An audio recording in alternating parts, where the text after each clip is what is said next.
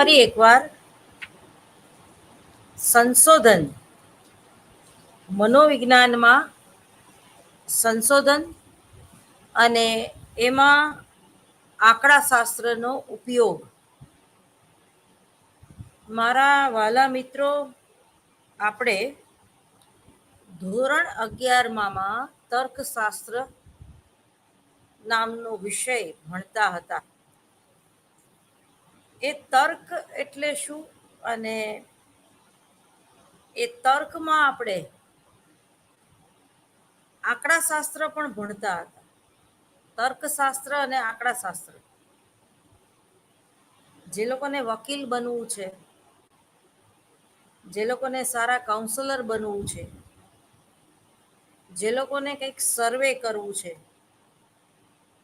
જે લોકો માસ કોમ્યુનિકેશન અને મીડિયામાં એક્ટિવ રહેવું છે,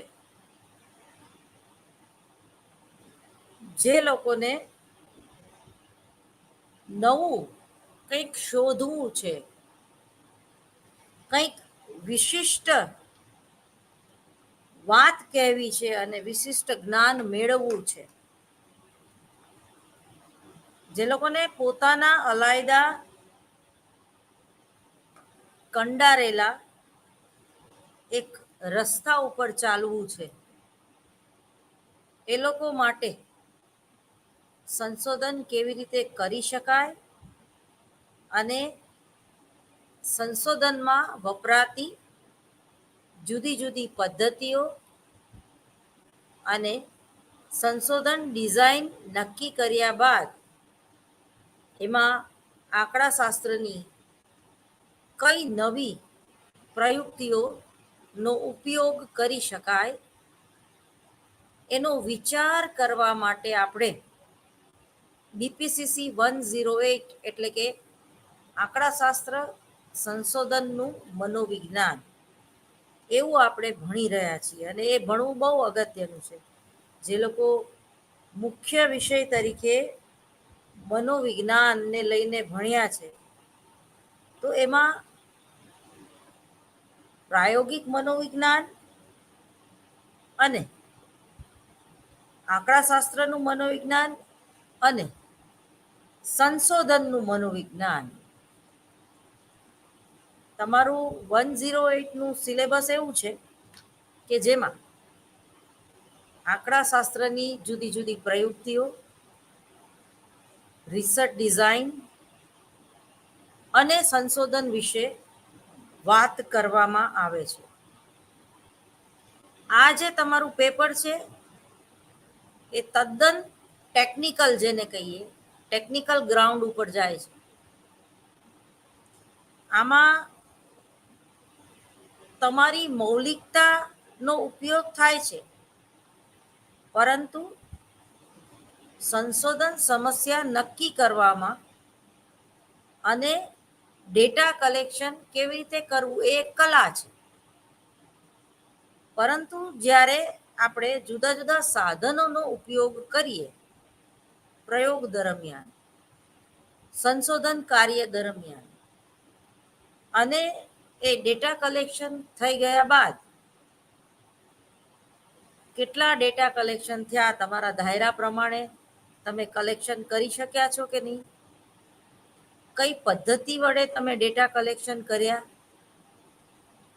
એમાં રહેલી મર્યાદાઓ, અને એમાં તમે કંઈક વિશેષ નોંધી શક્યા હોય જે વ્યક્તિગત માહિતી પત્રકમાં હોય, સાથે સાથે તમે કઈ તુલા કે કસોટીનો ઉપયોગ કરેલો છે અને એ જે તે કસોટી કેટલા અંશે યથાર્થ કે વિશ્વસનીય છે, આ બધી ટેકનિકલ બાબતોનો વિચાર કર્યા બાદ તમને શું સૂઝે છે, એટલે કે કઈ આંકડાશાસ્ત્રીય પ્રયુક્તિઓનો ઉપયોગ કરીને સંશોધન તારણ ઉપર આવવું, અથવા તો પરિણામ ઉપર આવવું અથવા ઉપચાર ઉપર આવવું, કોઈ પણ સૌમ્ય મનોવિકૃતિથી કે તીવ્ર મનોવિકૃતિથી પીડાતો વ્યક્તિ, દર્દી, જો સૌમ્ય મનોવિકૃતિનો હોય તો એનું ઘણીવાર માત્ર કાઉન્સેલિંગ કરીને પણ એની ટ્રીટમેન્ટ કરવામાં કે ઉપચાર કરવામાં આવે છે. તીવ્ર મનોવિકૃતિના પેશન્ટને તમારે કમ્પલસરી મેન્ટલ હોસ્પિટલમાં દાખલ કરવો પડે છે અને એને સતત ડૉક્ટરના ઓબ્ઝર્વેશન નીચે દવા અને માનસિક સ્વાસ્થ્ય જાળવણી માટે એવું વાતાવરણ પૂરું પાડીને એ તીવ્ર મનોવિકૃતિ કે સ્કિઝોફ્રેનિક પેશન્ટનો ઉપચાર કરવામાં આવતો હોય છે. કહેવાનો મતલબ એમ છે કે ઉપચાર કરવો હોય કે સમસ્યાનો ઉકેલ લાવવો હોય અને એ સમસ્યાનો ઉકેલ કઈ રીતે મેળવવો, એ દરેક બાબતમાં આંકડાશાસ્ત્ર આપણને ડગલે ને પગલે મદદરૂપ બને છે. જે રીતે તમારી પાસે 2 વ્હીલ કે 4 વ્હીલ હોય અને સૌથી પહેલું કામ ગાડી ચાલુ કરવા માટે તમારે ચાવીનો ઉપયોગ કરવો પડે છે. જો ચાવી તમે ઘરે ભૂલી ગયા હોય કે ચાવી ખોવાઈ ગઈ હોય તો ગાડી ચાલુ થઈ શકતી નથી, એની નવી ચાવી આપણે બનાવવી પડે. તો એવી રીતે જ મનોવિજ્ઞાનના જે કંઈ સંશોધનો છે, જે કંઈ શોધ છે, એ લાઇબ્રેરીમાં બેસીને કરવાની શોધ હોય કે ફિલ્ડ વર્ક કરીને કરવાની શોધ હોય કે લેબોરેટરીમાં શોધ કરવાની હોય કે સર્વેક્ષણ પદ્ધતિ દ્વારા શોધ કરવાની હોય કે વ્યવહારુ ઉપયોગ માટે શોધ કરવાની હોય, શોધના ઘણા બધા પ્રકારો છે. પરંતુ એમાં ટૂંકમાં અલ્ટો ગાડી હોય, મર્સિડીસ હોય કે ટાટાનું બીજું કોઈ મોડલ હોય, એ બધામાં ચાવીની તો જરૂર પડે જ છે ને. ચાવી વગર કોઈ પણ વાહન તમે ચલાવી શકો નહીં. તો એ જ રીતે મનોવિજ્ઞાનના જે સંશોધનો છે એમાં આંકડાશાસ્ત્રની જુદી જુદી જે પ્રયુક્તિ છે એને ચાવીરૂપ સાધન કહી શકાય. એટલે એક ચાવી જેવું કામ કરે છે સંશોધન કાર્ય દરમિયાન. ડેટા કલેક્શન કરી લીધા પછી હવે ચાવીની તમારે વારે ઘડીએ જરૂર નથી પડતી. એકવાર ગાડી સ્ટાર્ટ કરી દો એ પછી ચાવીને તમે ભૂલી જાઓ છો. હા, એ પડી રહ્યો હોય છે એમાં ને એમાં, એને કાઢી શકાતી નથી.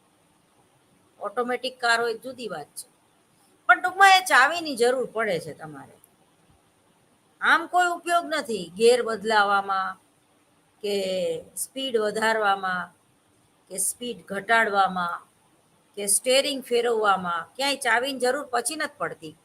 સ્ટાર્ટઅપ માટે એક ચાવીની જરૂર પડે છે, બરાબર, ગાડી સ્ટાર્ટ કરવી હોય અને બંધ કરવી હોય ત્યારે.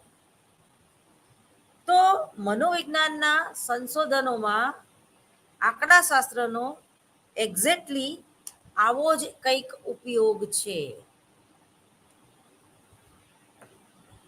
એ સંશોધનોમાં ભલે પછી તમે સહસંબંધ ટેકનિકનો ઉપયોગ કરતા હોય, ટી ટેસ્ટનો ઉપયોગ કરતા હોય, અપ્રાચલ્ય પ્રયુક્તિઓનો ઉપયોગ કરતા હોય કે 2 ટાઈપ એનોવા કે 3 ટાઈપ એનોવા કે એનાથી વધારે કોઈ પણ ગણતરી કરવા માટે, દાખલો ગણવા માટે જે તે સૂત્રનો ભલે આપણે ઉપયોગ કરતા હોઈએ, પરંતુ એનો ઉપયોગ તો કરવો પડે છે. ટૂંકમાં ઉપયોગ કર્યા વગર ચાલતું નથી. હવે આ ઉપયોગ કેવી રીતે કરવો અને કેટલો કરવો એ જે તે સંશોધક ઉપર આધાર રાખે છે. તમે આડેધડ કોઈ પ્રયુક્તિનો ઉપયોગ ના કરી શકો. જે રીતે અલ્ટોની ગાડીની ચાવી હોય તો એ મર્સિડીઝની તાળું ના ખોલી શકે, અથવા તો મર્સિડીઝની ચાવી હોય એ એક્ટિવાનું તાળું ના ખોલી શકે. પછી તમે એવી દલીલ કરો કે એનોવા ટેકનિક તો બહુ સરસ છે, બરોબર, એટલે આપણે એનોવાનો જ ઉપયોગ કરવો છે, એવું ના હોય. તમારું વિષય વસ્તુ શું છે, તમારું સંશોધન ની સમસ્યા શું છે, અથવા તો એના ઉકેલ મેળવવા માટે તમારે માત્ર સહસંબંધનો જ ઉપયોગ કરવાનો છે, અથવા તો એનો ઉકેલ એટલો સરળ નથી, તમારે રિગ્રેશન મેથડનો પણ ઉપયોગ કરવો પડશે. દાખલા તરીકે કોઈ પણ શિક્ષક કે પ્રોફેસર, શિક્ષણવિદ ના વ્યક્તિત્વમાં,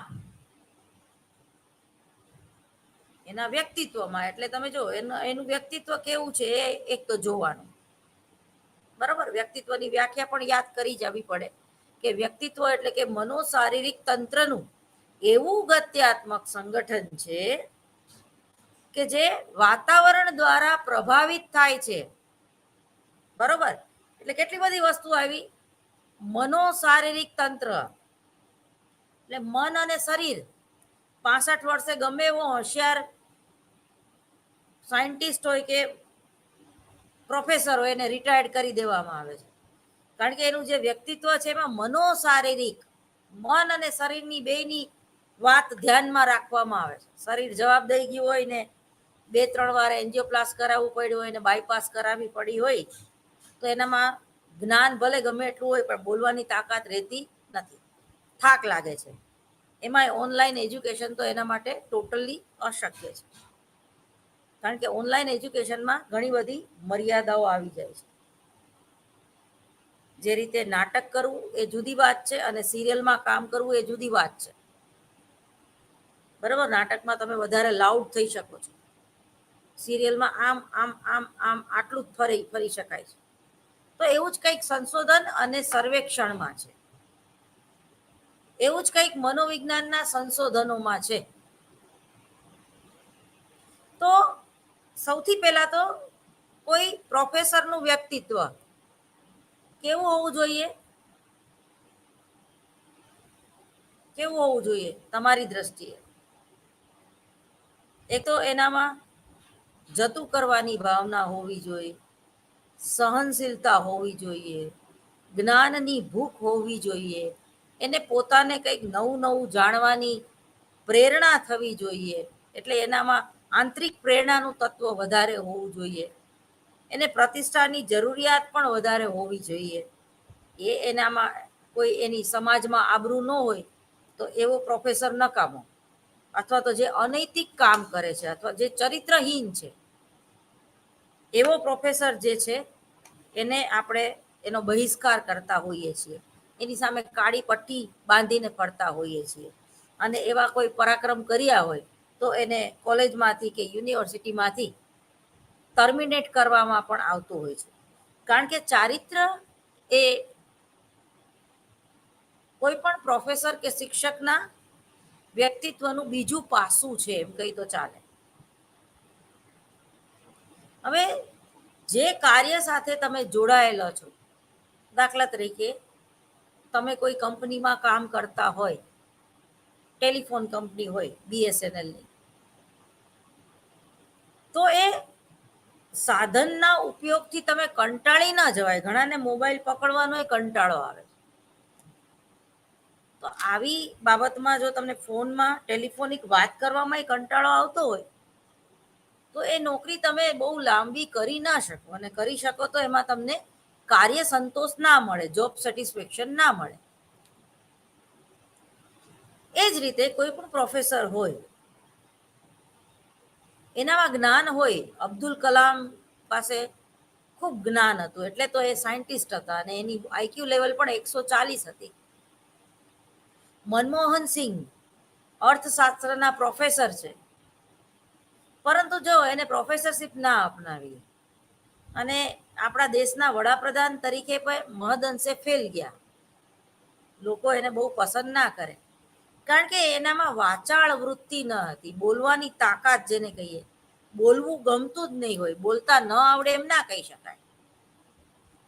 આવા જો તો વોટ્સએપ આવે છે કે એના બર્થડે ના દિવસે જે તારીખ જે છે તો એ મૂંગાબેરા દિન છે. એટલે કહેવાનો મતલબ એમ છે કે પબ્લિક એની પ્રજા એની ઉડાડે છે. ખરેખર બહુ હોશિયાર માણસ છે, જેવો તેવો માણસ નથી. એને આપણા ભારત દેશનું અર્થતંત્ર એક વખત ડાઉન થતું બચાવ્યું છે. અર્થશાસ્ત્રનો પ્રોફેસર છે. પણ તમે એને બહુ ઓછો સાંભળ્યો હશે કે એના અવાજ તમારે યાદ કરવો પડે, એનો અવાજ કેવો છે. તો પ્રોફેસરની તમે નોકરી કરો, શિક્ષકની નોકરી કરો, કાઉન્સલરની નોકરી કરો, અને જો એમાં તમને બોલવાની ટેવ જ ના હોય તો તમને કાર્ય સંતોષ મળતો નથી અને તમારી પણ બહુ બોલબાલા થતી નથી. બરોબર? સ્કૂલમાં, કોલેજોમાં કે જાહેર ક્ષેત્રમાં તરત જ લોકો તમારી ટીકા કરે કે આને કોણે પ્રોફેસર બનાવી દીધો, 10 મિનિટ બોલી તો શકતા નથી. પ્રોફેસરોને તે ઓછામાં ઓછું 1 કલાક કન્ટિન્યુ બોલવું પડે. એનું ગળું બેસી જાય, એને થાક લાગે તો એ પ્રોફેસર ના બની શકે, સીધી વાત છે. તો ટૂંકમાં એના વ્યક્તિત્વ લક્ષણો માં વાચાળતા હોવી જોઈએ, બહિર્મુખી વ્યક્તિત્વ હોવું જોઈએ. આંતરમુખી વ્યક્તિત્વ વાળા જાહેર ક્ષેત્રમાં ન ચાલે, નેતા તરીકે બહુ ના ચાલે, કારણ કે એને લોકોને મળવું જ નથી ગમતું. તો પોતાના વિચારોની આપલે કેવી રીતે કરી શકશે? કોઈ પત્રકારત્વની લાઈનમાં હોય અને એનામાં નારદ મુનિ જેવા ગુણ ના હોય. નારદ મુનિને એક સેન્સમાં આપણે ખટપટી કહીએ છીએ, એટલે જ એના મંદિરો ક્યાંય નથી એમ. પણ નારદ મુનિ એ પોતે કંઈ ખરાબ નહોતા, એને લોકોને સમજાવતા બહુ સરસ આવડતું હતું. જ્યારે કોઈ સમસ્યા હોય દેવ અને દાનવો વચ્ચે, અથવા તો મહાદેવ અને વિષ્ણુ વચ્ચે, તો એ બહુ સારી રીતે પોતાની વાતને મૂકી શકતા હતા, રજૂ કરી શકતા હતા. તો સંશોધકમાં પણ એ આવડત હોવી જોઈએ, પ્રોફેસરમાં પણ એક આવડત હોવી જોઈએ. તમે ગમે એટલું સારું ભોજન બનાવો, પરંતુ પીરસતા ન આવડે તો આડેધડ પીરસો તો એનો કોઈ મતલબ નથી. તો સંશોધનમાં આંકડાશાસ્ત્રનો ઉપયોગ આવો જ કંઈક છે. જો તમને એનો ઉપયોગ કરતા ન આવડે અને રિસર્ચ ડિઝાઇન બનાવતા ન આવડે અને પ્રયુક્તિઓનો ઉપયોગ કરતા ન આવડે તો એ સંશોધનમાં કંઈક ઉણપ રહી જાય છે અને આપણે આપણા ધ્યેય સુધી પહોંચી શકતા નથી.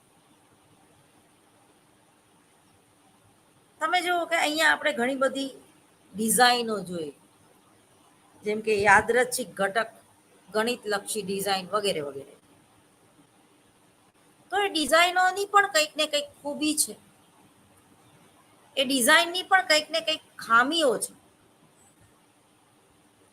તો આ જે ખૂબી અને ખામી છે કોઈ પણ સંશોધન આંકડાશાસ્ત્રની, એ તમારે સમજી લેવી પડે, તો જ તમે એનો ઉપયોગ કરી શકો. જે રીતે ઘરમાં ફાધર નોકરી કરીને આવે તો ક્યારેક એનો મૂડ બહુ સરસ હોય, એ આપણને સામેથી કે ચાલો આપણે પીવીઆરમાં પિક્ચર જોવા જવું છે. પણ જ્યારે મૂડ ના હોય અને બોસે એને બરોબર ધમકાવ્યા હોય કે બીજા ત્રીજા કારણ હોય,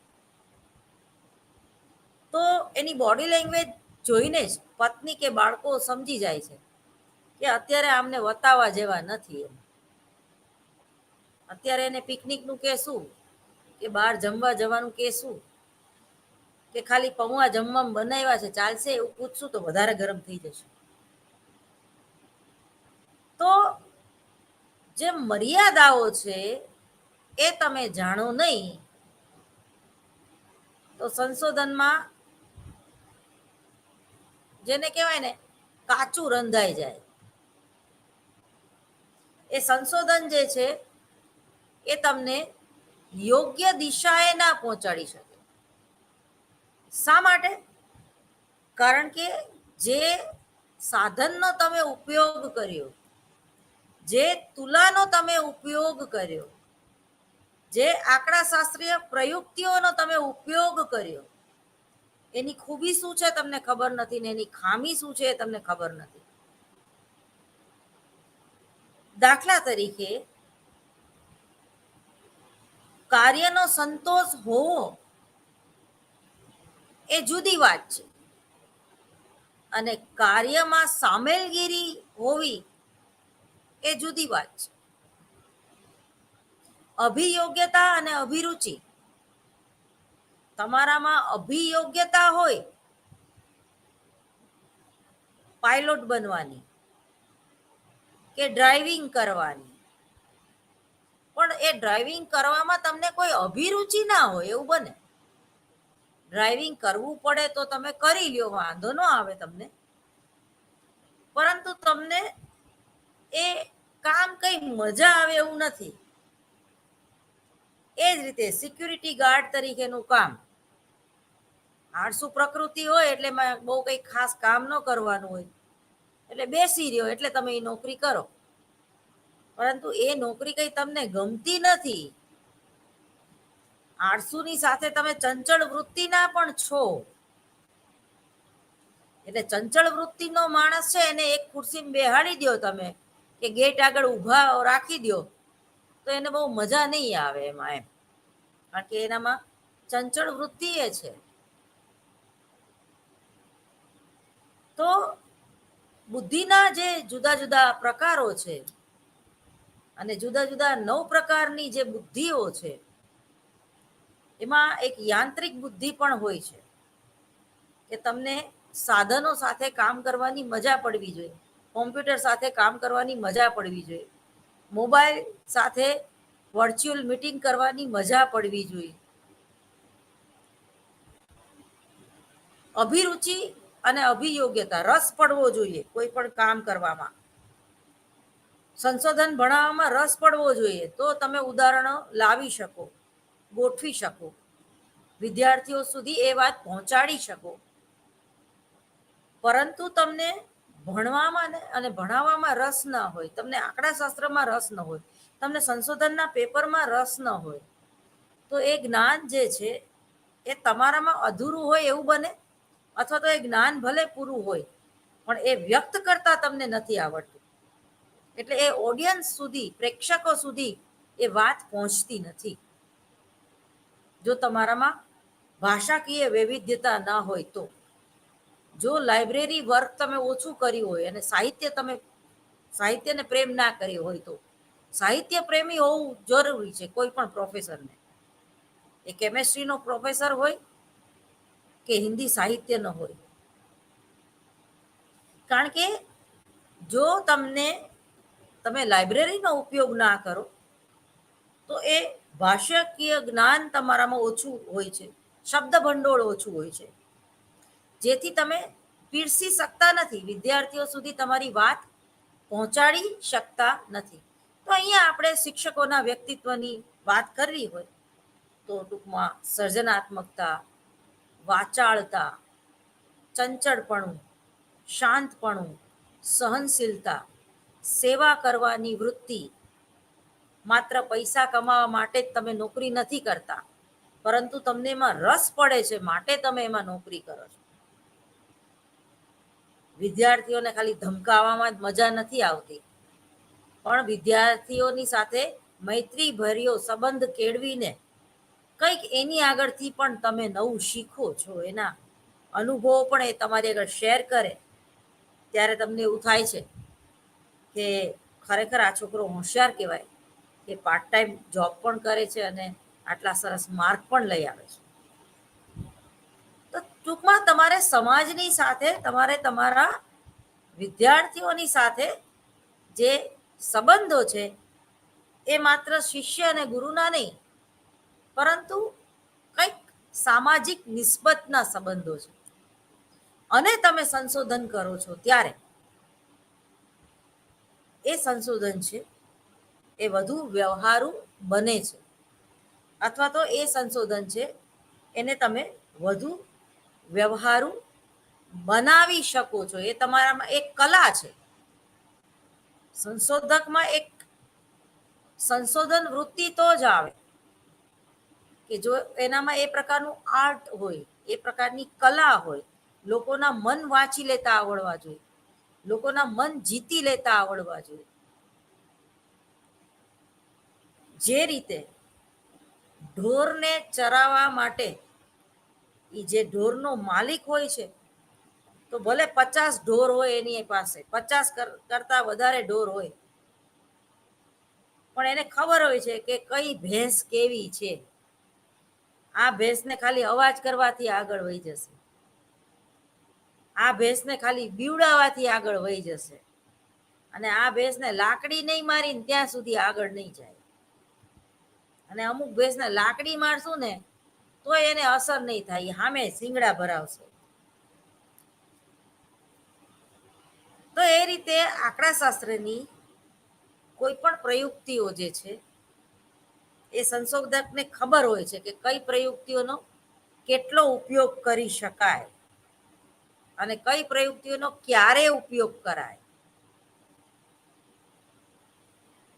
દાખલા તરીકે અભિરુચિ અને અભિયોગ્યતામાં શું ફેર? અભિરુચિ હોય એમાં લગભગ આપણી અભિયોગ્યતા હોય જ છે. ગિટાર વગાડવામાં, હાર્મોનિયમ વગાડવામાં કે ગીત ગાવામાં તમારી અભિરુચિ હોય તો બની શકે કે થોડી ઘણી અભિયોગ્યતા પણ હોય, કોઈ પણ જાતની ટ્રેનિંગ વગર. તમે ઘણાને સાંભળ્યા હશે, તમે એને પૂછો કે તમે સંગીત વિશારદ છો, તમારો અવાજ બહુ સરસ છે, બહુ સરસ ગાઓ છો તમે, એમ કે છે ના હું સંગીત વિશારદ તો નથી, પણ નાનપણથી મને આમાં રસ છે. ઘણાએ કોઈ પણ જાતની ટ્રેનિંગ લીધી ન હોય ને બહુ સારું એ હાર્મોનિયમ વગાડી શકતા હોય, બહુ સારા તબલા વગાડી શકતા હોય, અને જો પછી એ ટ્રેનિંગ લેતો તો એ અવ્વલ નંબર આવે ક્લાસમાં, એવું બને, ફર્સ્ટ નંબરે પાસ થાય, યુનિવર્સિટી ફર્સ્ટ આવે, કારણ કે ઓલરેડી એનામાં અભિરુચિ છે એ બાબતને લઈને. માટે અભિયોગ્યતા તો હોય જ, અને ઓછી હોય તો એને વધારી શકાય. પરંતુ પરંતુ પરંતુ અભિયોગ્યતા હોય ડ્રાઇવિંગ કરવાની, પણ અભિરુચિ ન પણ હોય,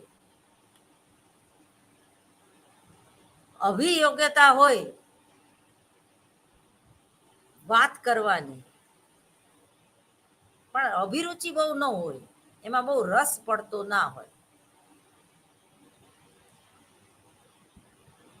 તો અભિયોગ્યતા અને અભિરુચિ એકબીજાને કઈ રીતે અસર પહોંચાડે છે એવું રિસર્ચ કરવું હોય તો આંકડાશાસ્ત્રની કઈ પ્રયુક્તિઓનો ઉપયોગ આપણે કરવો જોઈએ? ફરીવાર રિપીટ કરું છું, અભિરુચિ અને અભિયોગ્યતા, અને એની સાથે સાથે કાર્ય સંતોષ અને કાર્ય સામેલગીરી, જોબ સેટિસ્ફેક્શન અને જોબ ઇન્વોલ્વમેન્ટ. તો તમને કાર્યનો સંતોષ છે કારણ કે તમને દર મહિને પગાર મળી જાય છે, પરંતુ એ ક્લાર્કનું કામ કરવામાં તમને મજા પડતી નથી, એટલે અભિરુચિ નથી. શા માટે? તો કે તમારું બેઝિક જે વ્યક્તિત્વ છે એ ખૂબ જ વાચાળ, સામાજિક નિસ્બત ધરાવે તેવું, સેવાભાવી, સામાજિક કાર્યકર તરીકેનું તમારું વ્યક્તિત્વ છે. અને ક્લાર્ક નામનું પ્રાણી છે એને સરવાળા બાદબાકી ગુણાકાર ભાગાકાર અને કોમ્પ્યુટર વર્ક કરવામાંથી બિચારો ઊંચો ન આવે, એટલે એનું આંતરમુખી વ્યક્તિત્વ હોવું જોઈએ તો એને વાંધો ન આવે. બાકી એને ગીત સાંભળવામાં કંટાળો આવે એવું વ્યક્તિત્વ હોય એનું. એ જીવે છે શા માટે એ જ આપણને ખબર ન હોય. નીરસ, ઔરંગઝેબ જેને આપણે કહીએ. હવે જેને બહુ ઓછા, બહુ સીમિત બાબતમાં રસ પડતો હોય, એ માણસ આમ જોવો તો સીધી લીટીનો હોય, પણ એ બોરિંગ હોય. એની સાથે રહેવાની કઈ મજા ન પડે આપણને. એની સાથે શું વાત કરવી, આપણે ચૂપ જ થઈ જઈએ એનું મોઢું જોઈને. એરંડિયા પીધા જેવું મોઢું હોય, ઓછામાં ઓછું બોલનાર હોય, ઈશારો કરીને જમવાનું માગે એવો માણસ હોય. મોઢામાં મગ ભર્યા છે આપણે કેવું પડે. માવાન પાન ને ફાંકી ભર્યા હોય ને જેના ડાચામાં, એને બોલવાની ટેવ ન હોય, હું આમ કરે. એટલે એને ટૂંકમાં અભિરુચિ જ ના હોય કોઈની યારે વાત કરવાની. અને વાત કરે તો એ 5 મિનિટથી વધારે બોલી ના શકે. 5 મિનિટથી વધારે બોલવા જાય તો એકનું એક રિપીટ કરે. કારણ કે જ્ઞાનનો અભાવ, શબ્દોનો અભાવ, એજ્યુકેશનનો અભાવ. બરોબર, કોમર્સ લાઈન લઈને ટીવાય બીકોમ પાસ થઈ ગયો અને તરત જ સરકારી નોકરી મળી ગઈ, વાર્તા થઈ પૂરી. આમ નામ 35 વર્ષ કાઢી નાખ્યા. રિટાયર્ડ થયા પછી આવા માણસો બહુ બોર થાય, શું કરું શું કરું શું કરું. અને બધી જગ્યાએથી હળધૂત થાય, કારણ કે મિત્ર એક સારો બનાવી ન શક્યા હોય. ક્લાર્ક નામનું પ્રાણી આવું હોય. બધા ક્લાર્ક એવા ન હોય, પણ લગભગ આવા હોય. એટલે કાર્ય સંતોષ તો એને મળે, કારણ કે પગાર સારો મળે છે, સરકારી નોકરી છે, એટલે લગ્ન સારી જગ્યાએ થઈ ગયા, ભગવાનની દયા શારીરિક ખામી કોઈ નહોતી એટલે 2 બાળકોય થઈ ગયા. પરંતુ જીવન રૂપી રસ જે પીવો જોઈએ, જે કંઈક વિશિષ્ટ કરવું જોઈએ જીવનમાં, એનાથી આ લોકો વંચિત રહી જાય છે. આ લોકો કોઈનો પ્રેમ પામતા નથી, અને પ્રેમ કરી શકે એવી એની કોઈ કેપેસિટી હોતી નથી ક્લાર્ક નામના પ્રાણીમાં. સીધી લીટીના માણસ હોય છે, નિરુપદ્રવી હોય છે, કોઈનું નુકસાન નથી કરતા, પણ કહેવાય ને જે સ્થાને બેસે ને એનું નુકસાન કરે. એટલે આવી અંગત વ્યક્તિ હોય, આવી કોઈ તમારી આજુબાજુ, તમારો પતિ કે તમારી પત્ની કે તમારા પિતા કે તમારી માતા, તો તમે એની સાથે ખુશ નથી રહી શકતા. હા, તમારી જરૂરિયાત માત્ર રોટી કપડા ઓર મકાનની જ હોય, ઇટ્સ ઓકે. દુઃખી નથી એટલે સુખી છીએ એવો અર્થ કાઢી શકાય. પરંતુ જે આમ એક્સ્ટ્રા અફેરમાં જે મજા પડે, કે એક્સ્ટ્રા પર્સનાલિટી જે હોય, રફ એન્ડ ટફ, સતત આપણને હંફાવતી, સતત આપણને એને ગુમાવી દેવાની બીક લાગે એવું વ્યક્તિત્વ, થોડુંક રિસ્કી છે એવા લોકો સાથે સંબંધ રાખવો.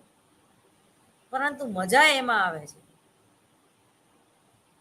જે રીતે પેલો સ્ટન્ટમેન છે, એ જ્યારે સ્ટન્ટ કરે છે ત્યારે પોતાનો જીવ જે છે જોખમમાં મૂકે છે,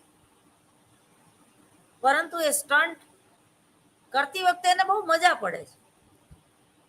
ત્યારે પછી એ ભૂલી જાય છે કે આમાં હું કદાચ મરી જઈશ. એ જીવવાનો આનંદ. એ બી પોઝિટિવ. જીવું છું ત્યાં સુધી મર્યો નથી, કાલની વાત કાલે. આ માનસિકતા એ ધરાવે છે, ઇન્સિક્યુરિટી ફીલ નથી કરતો. થવાનું હોય એ થાય, હું સ્ટન્ટ કરવાના ક્યારેય નહીં છોડું. આ પ્રકારનું એનું વ્યક્તિત્વ હોય છે. તો જ્યારે તમારે કોઈ કમ્પેરિઝન સ્ટડી કરવો હોય, કે એક વ્યક્તિમાં અભિયોગ્યતા છે પણ અભિરુચિ નથી, અને એક વ્યક્તિમાં અભિરુચિ છે પણ અભિયોગ્યતા નથી, તો વધારે સરળ શું બને? અભિરુચિ હોય તો અભિયોગ્યતા આવી જ જાય છે, અને અભિયોગ્યતા હોય પણ એમાં રુચિ ના હોય એવું એ બને. હવે આનથી ઊંધું તમને કહું,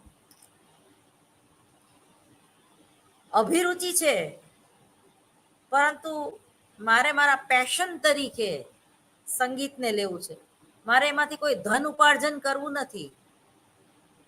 જ્યોતિષ જોવામાં, જ્યોતિષ શું છે એ જ્ઞાન મેળવવામાં અભિરુચિ છે, પણ મારે મારું ધન ઉપાર્જનનું સાધન એને નથી બનાવવાનું.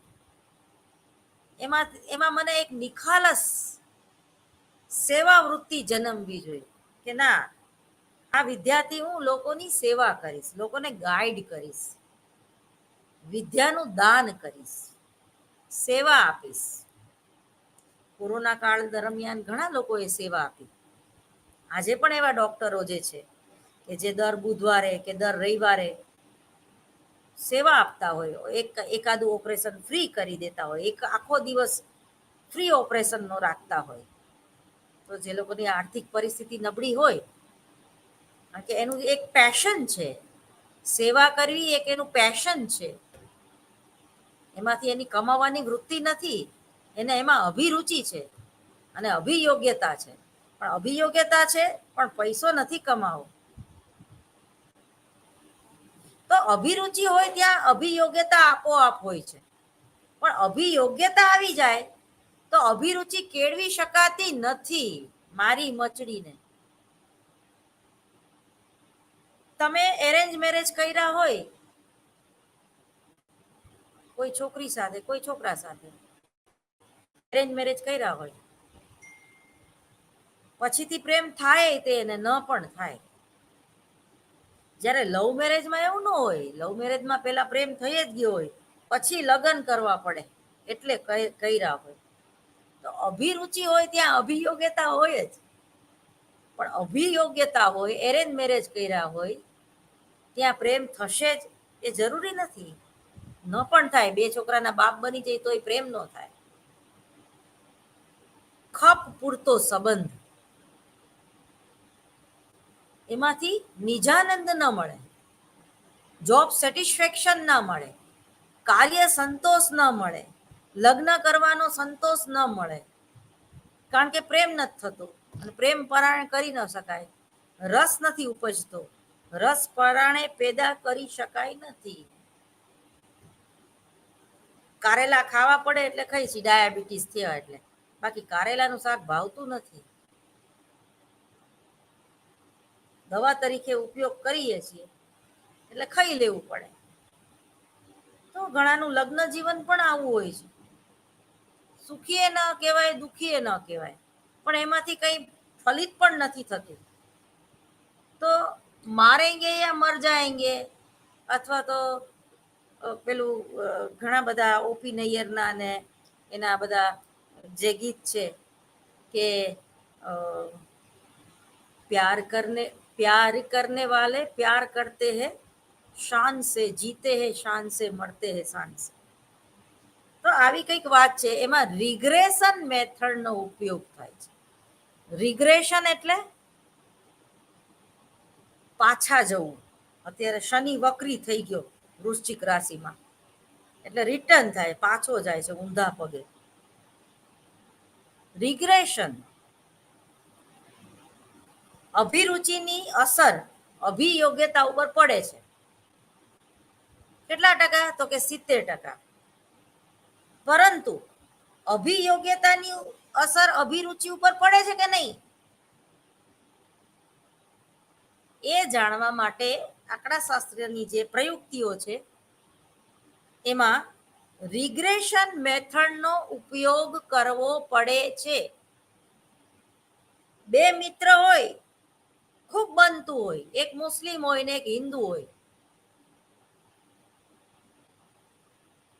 તો એ હિન્દુ છોકરાની અસર મુસ્લિમ ઉપર એટલી બધી પડી કે એને નોનવેજ ખાવાનું છોડી દીધું. પરંતુ એ મુસ્લિમ છોકરાની અસર એ હિન્દુ છોકરા ઉપર પડતી હશે ને, તો કઈ પડી? તો કે એની હારે દરગાહ જવા માંડ્યો. સારી અસર પડી બંનેમાં. ખરાબ હતું એની બાદ બાકી થઈ ગઈ, જે ખરાબ પાસું હતું બંનેમાં એની બાદ બાકી થઈ ગઈ. તો એવી જ રીતે જેમાં તમને રસ પડે છે એમાં અભિયોગ્યતા આવે છે. અને અભિયોગ્યતા કોમ્પ્યુટર શીખવું જરૂરી છે, ઓનલાઈન લેક્ચર લેવું જરૂરી છે, વાંચન જરૂરી છે, તો એમાંથી જે તમને ડિગ્રી મેળવી, તમે MA MPhil PhD છો, જીપીએસસી પાસ છો, તો એ તમારી અભિયોગ્યતા છે. તો હવે એ અભિયોગ્યતા તમારામાં આવી તો તમને વધારે અભિરુચિ નિપજશે ને. પેલા માત્ર તમે લતા મંગેશકરના જ ગીત ગાતા, હવે જૂની રંગભૂમિના ગીતો પણ ગાઓ છો અને ગીતા દત્તના ગીત પણ ગાઓ છો. અને પાકિસ્તાની પેલી ગાયક કલાકાર ખૂબ વિખ્યાત હતી, દિલ બોલે બોમ બોમ. ટૂંકમાં કહેવાનો મતલબ એમ છે કે જ્યારે તમને સફળતા મળે છે ત્યારે તમને વધારે અભિરુચિ ઉત્પન્ન થાય છે. લતા મંગેશકરના ગીતો તો તમને ગાતા આવડતા જ હતા, પણ હવે તમને કિશોર કુમારમાં રસ પડવા માંડ્યો. કેમ? તો કે હવે લોકોએ વખાણ્યા એને. અત્યારે મુખ્તાર છે, તો મુકેશનો જન્મદિવસ હતો તો મુખ્તારને લોકો બોલાવતા હતા, એટલે એને મુકેશની બરાબર સમજે છે. મુખ્તારનો જન્મદિવસ નહોતો, મુકેશનો હતો, પરંતુ એ મુકેશના ગીત ગાય છે એટલે એને બોલાવવામાં આવ્યા, એના એક પ્રતીક તરીકે. હવે લોકો તમને પૈસા તો આપે જ છે, પણ પૈસાની સાથે સાથે તમને તમારી પ્રતિષ્ઠામાં પણ વધારો થયો, કારણ કે તમે મુકેશને ફોલો કરો છો. તો રિગ્રેશન મેથડ એ ગ્રુપની બી ગ્રુપ ઉપર અસર પડે છે, તો બી ગ્રુપની એ ગ્રુપ ઉપર અસર પડે છે કે નહીં? ના પણ પડતી હોય એવું બને હો. મને એક પ્રસંગ યાદ આવે. એક સ્વામિનારાયણના સાધુઓની મંડળી જાતી હતી એક ગામથી બીજે ગામ, અને એક ગામમાં જે જુદા જુદા લોકો રહેતા હોય, બધાને બર્ડન ના પડે કોઈ એક જ માણસને, એટલે બધા શિષ્યોને કીધું કે બધા જુદા જુદા ઘરમાં એક એક સાધુ એક રાત પૂરતો રહે, જેથી કોઈને વધારે પડતું બર્ડન ના પડે. એક વ્યક્તિને એક જ સાધુનું ધ્યાન રાખવું પડે, અને એ સત્સંગ કરવાનો, આખી રાત સભા કરવાની, લોકોને જ્ઞાન આપવાનું. એક સાધુના નસીબમાં જે ગણિકા હતી એનું ઘર આવ્યું, એટલે કે વેશ્યા. બીજા બધા સાધુ એના ઉપર કંઈક વિચિત્ર રીતે જોવા માંડ્યા. એ પતી ગયું, આ તો આજે આખી રાત આ ગણિકાની સાથે રહેશે, શું થશે? હવે તો આપણે એને આપણા ગ્રુપમાં, આપણી જમાતમાં કે આપણી સાથે એને રાખવોય ના જોઈએ, અપવિત્ર કહેવાય. પણ ગુરુ કઈ બોલ્યા નહીં, અંદર અંદર બધાની વાતો સાંભળે રાખી. બીજે દિવસે એ જે ગણિકાના ઘરની અંદર રહેલો સાધુ બહાર આવ્યો, એની સાથે સાથે પેલી ગણિકા પણ બહાર આવી અને એને ગુરુને પ્રાર્થના કરી કે મારે પણ સાધ્વી બની જવું છે, તમે મને તમારી સાથે રાખશો? એ ગણિકાએ પણ ભગવા ધારણ કરી લીધા. તો ટૂંકમાં ગણિકાની વ્યક્તિત્વની અસર એ સાધુ ઉપર ના પડી, પણ સાધુના વ્યક્તિત્વની અસર એ ગણિકા ઉપર પડી. તો રિગ્રેશન મેથડમાં ક્યારેક આવું પરિણામ પણ મળે કે એક વ્યક્તિની અસર બીજી વ્યક્તિ ઉપર જબરજસ્ત પડે કે એના કુકર્મ કરવાનું છોડી દે.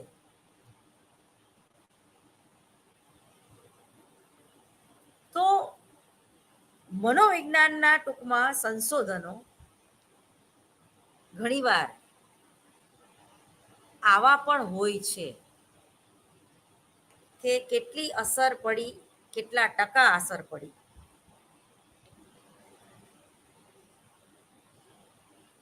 આપણે સ્વામિનારાયણ ધર્મ પાળતા હોય અને રોજ શિક્ષાપત્રીનું પણ વાંચન કરતા હોઈએ તો જૂઠું ન બોલવું, ચોરી ન કરવી, સત્સંગ કરવો, આવા અનેક શિક્ષાપત્રીમાં જે વાક્યો છે, પણ એમાંથી કેટલું આપણે ફોલો કરી શકીએ છીએ એ મહત્વનું. તમે કોઈ બિઝનેસમેન હોય અને તમારે તમારી પ્રોડક્ટ વેચવી હોય તો તમારે બઢા ચઢા કે તમારી પ્રોડક્ટના વખાણ કરવા જ પડે છે. તો એ જે કર્મ જે છે જાણી બૂજીને કરાયેલું કર્મ છે. પણ બિઝનેસ કરવો એ પણ તમારું કર્મ છે. તો તમારા વ્યક્તિત્વ ઉપર શિક્ષાપત્રીની કેટલી અસર પડી એ મહત્વનું છે. તમે જુઓ ઘણા બિઝનેસમેન તમે જાઓ, તમે એમ કહો કે ભાઈ આ મિક્સચર છે, તો એ તરત જ કહેશે કે ભાઈ જે ગેરંટી વોરંટી 1 વર્ષની છે, પછી કાંઈ નહીં. અને આ મિક્સચર છે, માણસ એ વૃદ્ધ થતું જાય છે, એના હાથ પગ ઘટાતા જાય છે, એને પણ ની રિપ્લેસમેન્ટ કરવું પડે છે. આ તો સાધન છે. એ રીતે પણ એ સાચું બોલીને પણ પોતાની પ્રોડક્ટ વેચી શકે છે. એવું જરૂરી નથી ના આ કંપની તો છેલ્લા 35 વર્ષથી છે બજાજ, કોઈ દિવસ આમાં કઈ ફરિયાદ આવી જ નથી, લોકો 5 વર્ષથી વાપરે છે, હજી સુધી કોઈ આમાં મને એવું કોઈ ગ્રાહક મળ્યું નથી. હવે એવું કોઈ દિવસ બને? ન બને. તો એ તમારા ઉપર છે કે શિક્ષાપત્રીની અસર કે એ ધર્મની અસર તમારા વ્યક્તિત્વ ઉપર કેટલી પડી, કેટલી પાડવા દીધી. તમે મન, વચન અને કર્મથી તમે સંતુલિત રીતે જીવી શક્યા કે નહીં. તો આ બધી જ્યારે આવું કે એકની અસર બીજા ગુણોની અસર અવગુણ ઉપર થાય છે કે નહીં, અવગુણની અસર ગુણની ઉપર થાય છે કે નહીં, આ રિગ્રેશન મેથડમાં જવું પડે તમારે જ્યારે આવું રિઝલ્ટ હોય ત્યારે. દાખલા તરીકે ઘણીવાર પ્રયત્ન અને ભૂલ દ્વારા જે શિક્ષણ મેળવીએ છીએ, તો એવું બને કે પ્રયત્ન ને ભૂલ દ્વારા તમે શિક્ષણ મેળવું એટલે આંતરસૂદ દ્વારા ન મેળવી શકો, એવું બને? અથવા તો તમને આંતરસૂદ થાય તો જ તમે શિક્ષણ મેળવી શકો. પ્રયત્ન અને ભૂલ કરો એટલે મહાવરાની કોઈ અસર જ ન હોય, એવું બને? ન બને. એ જ રીતે વ્યક્તિગત ભિન્નતાનો પણ વિચાર કરવો પડે, કારણ કે આપણા જે મનોવિજ્ઞાનના સંશોધનો છે એ માણસના વર્તન ઉપર કરવામાં આવતા સંશોધનો છે. કોઈ નિર્જીવ વસ્તુ કે વ્યક્તિ ઉપર આપણે સંશોધન નથી કરતા.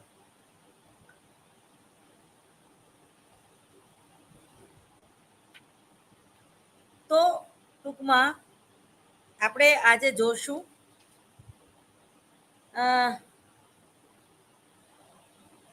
યાદચ્છિક ઘટક ગુણિત ડિઝાઇન, જેમાં બધી પ્રાયોગિક ડિઝાઇનમાં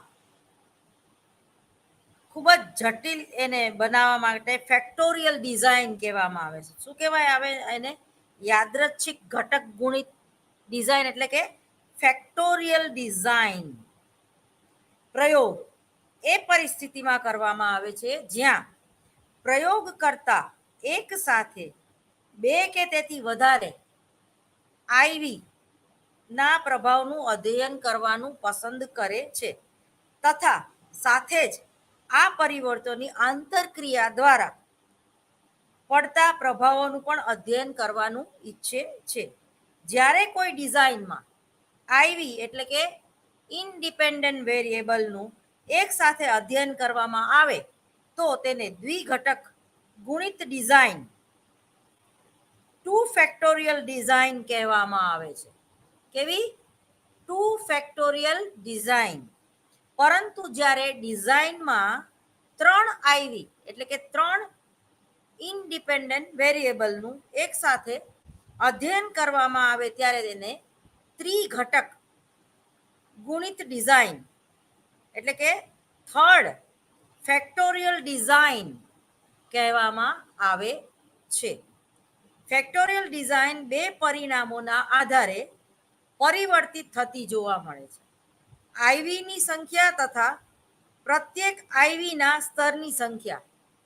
જો પ્રયોગોમાં 2 આઈવી છે અને બંનેના 2 સ્તર એટલે કે લેવલ છે તો તેને 2/2 ફેક્ટોરિયલ ડિઝાઇન 2 × 2 ફેક્ટોરિયલ ડિઝાઇન કહેવામાં આવે છે.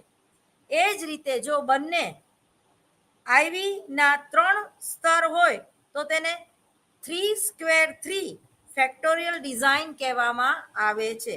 3 × 3 ફેક્ટોરિયલ ડિઝાઇન કહેવામાં આવે છે. ફેક્ટોરિયલ ડિઝાઇનનું સ્વરૂપ ભલે કોઈ પણ હોય, પરિવર્ત્યને એક સ્વતંત્ર પરિવર્ત્યના રૂપમાં બદલીને કરવામાં આવે છે. યાદચ્છિકૃત ઘટક ગુણિત ડિઝાઇન એક એવી ડિઝાઇન છે જેમાં પ્રયોગ કરતા ઓછામાં ઓછા આઈવી એટલે કે ઇન્ડિપેન્ડન્ટ વેરિયેબલના પ્રભાવનો એક સાથે અભ્યાસ કરે છે. આ પ્રકારની ડિઝાઇનમાં પ્રત્યેક આઈવીના ઓછામાં ઓછા 2 સ્તર હોય છે. આ રીતે સૌથી નાની ફેક્ટોરિયલ ડિઝાઇન 2/2 હોય છે. તેમાં પ્રયોગ કરતા પ્રયોજનની પ્રારંભિક પસંદગી સમષ્ટિમાંથી યાદચ્છિક રીતે કરે છે. ત્યારબાદ પ્રયોજને વિભિન્ન પ્રાયોગિક સમૂહમાં વહેંચીને પ્રત્યેક સમૂહમાં ટ્રીટમેન્ટ અથવા તો એક્સ આપે છે અને તેનું માપન ડીવી એટલે કે ડિપેન્ડન્ટ વેરિયેબલ ઉપર કરી લે છે. નીચે આવા જ ઘટક ગુણિત ડિઝાઇનનો સંકેત રજૂ કરવામાં આવે છે જેમાં 2 સ્વતંત્ર પરિવર્ત્ય એ અથવા બી એ સ્વતંત્ર પરિવર્ત્યના 3 સ્તર છે. A1 A2 અને B3. A1 A2 તથા A3 અને બી સ્વતંત્ર પરિવર્ત્યના 2 સ્તર છે. B1 અને B2. બરોબર જોઈ લો આ ડિઝાઇન.